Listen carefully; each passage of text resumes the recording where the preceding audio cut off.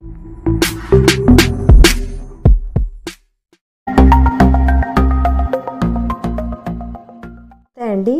ఎలా ఉన్నారు అందరూ? బాగున్నారా? నేనైతే బాగున్నాను. మీ అందరికీ అమ్మవారి ఆశీస్సులు ఎల్లప్పుడూ ఉండాలని కోరుకుంటూ ఈ రోజున ఒక మంచి వీడియోతో మీ ముందుకు వచ్చాను.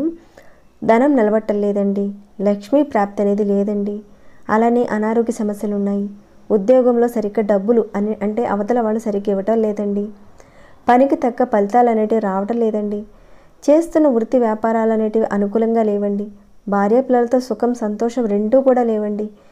ఎందుకో తెలియదు, జీవితం మొత్తం కూడా నిరాశగా వెళుతుందండి. దానికని మాకు తేలికైన ఒక పరిహారం ఉంటే చెప్పమని అడిగారు. ఎవరైతే ధనప్రాప్తి లేకుండా, లక్ష్మీ ప్రాప్తి లేకుండా, ఆర్థికంగా ఇబ్బందులు పడుతూ, అనారోగ్య సమస్యలతో బాధపడుతూ, దీర్ఘకాలికంగా అనారోగ్య సమస్యల నుంచి కొట్టుమిట్టాడుతున్న వారికి ఒక చిన్న అద్భుతమైన పరిహారాన్ని ఇక్కడ నేను చెప్పబోతున్నానండి. మరి ఆ పరిహారం ఏంటో తెలుసుకునే ముందుగా ఒక చిన్న రిక్వెస్ట్ అండి మీ అందరికీ, ఈ వీడియోకి ఒక లైక్ ఇవ్వండి. ఈ వీడియోకి మీరు ఇచ్చే లైక్ అనేది నాకు కాస్త మోటివేషన్గా ఉంటుందండి. ఒక లైక్ ఇవ్వండి. ఇక సబ్స్క్రైబ్ కాకుండా ఎవరైనా ఉంటే సబ్స్క్రైబ్ చేసుకుని నోటిఫికేషన్ వచ్చేలా ఆల్ అనే ఆప్షన్ని క్లిక్ చేయండి. ఇక వీడియోనైతే ఆఖరి వరకు చూడండి, అన్ని విషయాలు తెలుస్తాయి. సరేనండి, ఇక పరిహారాన్ని ఎలా చేయాలనేది చూద్దాము. మీరు ఈ పరిహారాన్ని మంగళవారం రోజున కానీ శనివారం రోజున కానీ చేయాలి. ఈ పరిహారం చాలా తేలిగ్గా ఉంటుందండి, కానీ అద్భుతమైన పరిహారం ఇది. ఇక కావలసిన వస్తువులు ఏంటో కాస్త చూద్దాం. ఇక్కడ కావాల్సింది ఒకే ఒక రాయి కావాలండి. అలానే ఈ పరిహారాన్ని ఆంజనేయ స్వామి యొక్క గుడిలో చేయాలి. ఇక నియమాల విషయానికి వస్తే ఇక్కడ ఆడవారు నెలసరిలో ఉన్నప్పుడు మాత్రం చేయకండి. ఏదైతే ఇప్పుడు సమస్యలు ఉన్నాయని మనం చెప్పుకున్నామో ఆ సమస్యలు ఉన్నవారు చేసుకుంటే అద్భుతంగా ఈ పరిహారం పనిచేస్తుంది. మీరు ఏం చేస్తారంటే ఆంజనేయ స్వామి యొక్క గుడికి వెళ్ళండి.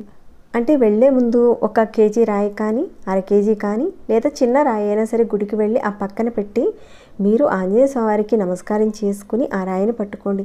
ఇక్కడ జస్ట్ ఎగ్జాంపుల్గా ఒక చిన్న రాయిని చూపిస్తున్నానండి. మీరు 1/2 కేజీ కానీ కేజీ కానీ తీసుకువెళ్ళండి.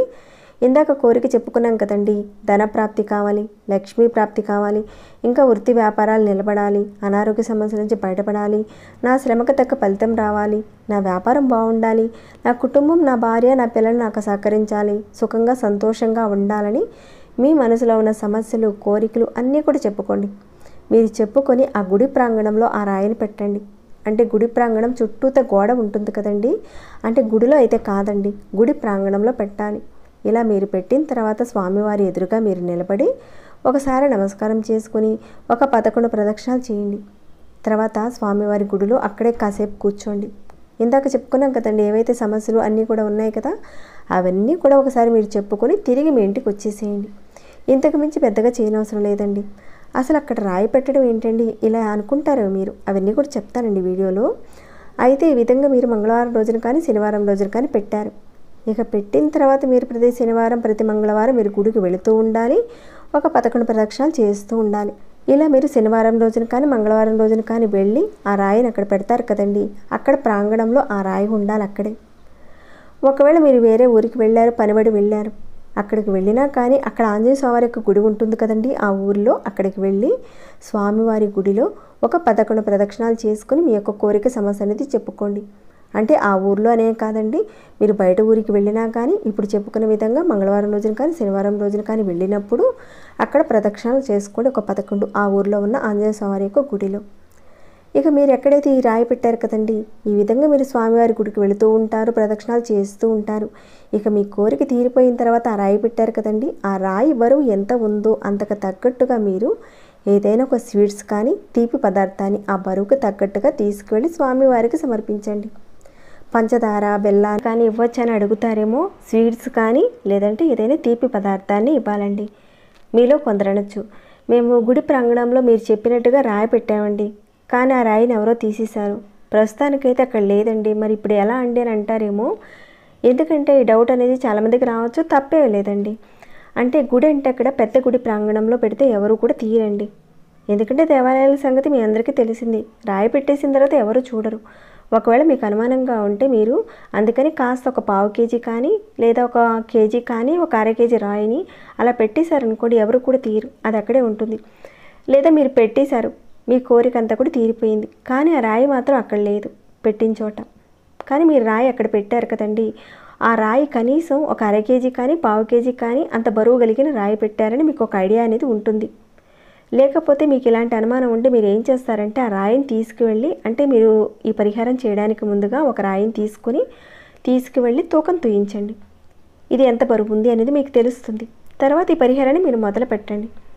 అక్కడ మీరు పెట్టిన చోట మీ కోరిక పూర్తయిపోయిన తర్వాత అక్కడ రాయి అనేది లేదు. అప్పుడు మీరేం చేస్తారంటే ఇప్పుడు చెప్పిన విధంగా ఒక ఐడియా ఉంటుంది కాబట్టి స్వీట్స్ని కానీ తీపి పదార్థాన్ని కానీ స్వామివారికి ఇవ్వండి. ఇలా మీరు ప్రతి శనివారం మంగళవారం వెళ్ళడము, కోరిక చెప్పుకోవడం, 11 ప్రదక్షిణాలు చేయడం, అలాగే మీ యొక్క కోరిక అయిపోయిన తర్వాత రాయికి తగ్గట్టుగా మీరు ఎంత రాయి తీసుకున్నారో అర కేజీ కానీ పావు కేజీ కానీ అంతకు తగ్గట్టుగా స్వీట్స్ తీసుకువెళ్ళి స్వామివారికి ఇవ్వండి. అద్భుతమైన ఫలితం ఉంటుందండి. పర్వత ప్రాంతమైన దేవాలయాల్లో శ్రీశైలము, తిరుమల, మంగళగిరి, పానకాల స్వామి ఉంటారు కదండి, ఆ కొండ దగ్గర అంటే అలాంటి కొండ ప్రాంత దేవాలయాల్లో రాళ్ళని మెట్లగా కడుతూ ఉంటారు. మీరు చూసే ఉంటారు.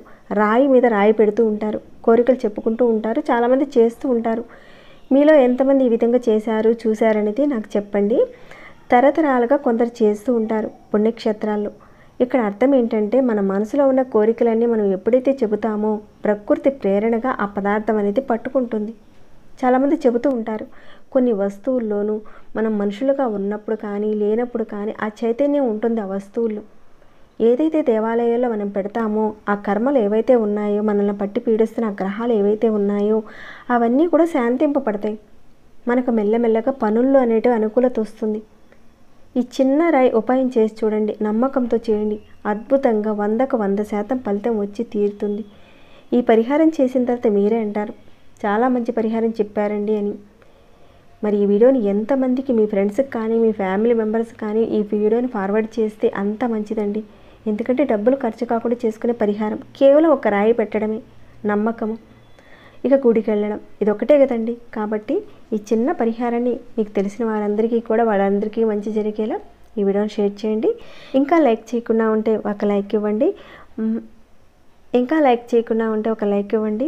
మన సనాతన ధర్మంలో ఉన్న ఇలాంటి విషయాలను మీరు ఆచరించాలనుకున్నా, మీకున్న సమస్యలను పోగొట్టుకోవాలనుకున్నా, కోరికలు తీరాలన్నా కానీ మన ఛానల్ నుంచి వచ్చే వీడియోస్ని మీరు మిస్ కాకుండా ఉండాలి అంటే ఛానల్కి సబ్స్క్రైబ్ చేసుకొని డైలీ వాచ్ చేస్తూ ఉండండి. మరొక భక్తి వీడియోలో మళ్ళీ మిమ్మల్ని కలుసుకుంటాను. అంతవరకు సెలవు.